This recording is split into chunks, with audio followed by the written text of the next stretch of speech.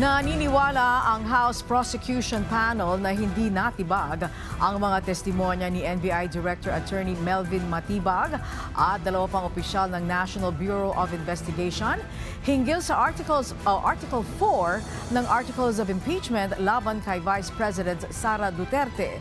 Si Vel Custodio sa Sentro ng Balita, live. Angelique, kumpiyansa ang panel of prosecutors na maliwanag at hindi natibag ang mga ebidensyang inilatag nila para sa impeachment 4 na Articles of Impeachment na threats. Ayon sa prosecution, napatunayan ng mga umupong witnesses sa sila NBI Director Melvin Matibag, Regional Director Jeremy Lotok at Senior Agent Mark Calilung na hindi isolated event at may naipakitang pattern of violence si Vice President Sara Duterte, kaya sineryoso ng NBI ang kasong ito.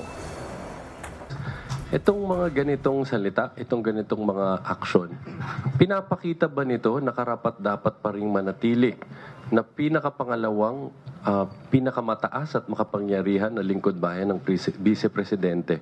Pinapakita na ba nito na maliwanag, no? Nagkaroon siya ng seryosong paglabag sa saligang batas?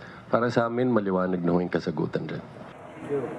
Dagdag pa ni Attorney Jay Tolosa na batay sa ebidensya at witnesses, nakitang may plano talaga ang Vice Presidente para isagawa ang assassination kay Pangulong Ferdinand R. Marcos Jr.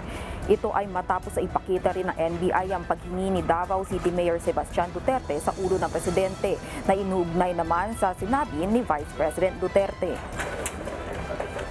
Nang tinignan itong totality of circumstances, naging malinaw sa kanila na hindi siya isang viral video lamang, no? Ito ay isang concerted and active threat, no? Makikita sa pamilya nila, no? Pare-pareho yung sinasabi, gusto nila ang ulo ng presidente. Pero bagamat kumpiyansa ang prosecution sa tibay na inilatag nilang ebidensya, mahalaga pa rin nila na makita ang ipipresentang ebidensya o ipepresentang ebidensya ng defense team.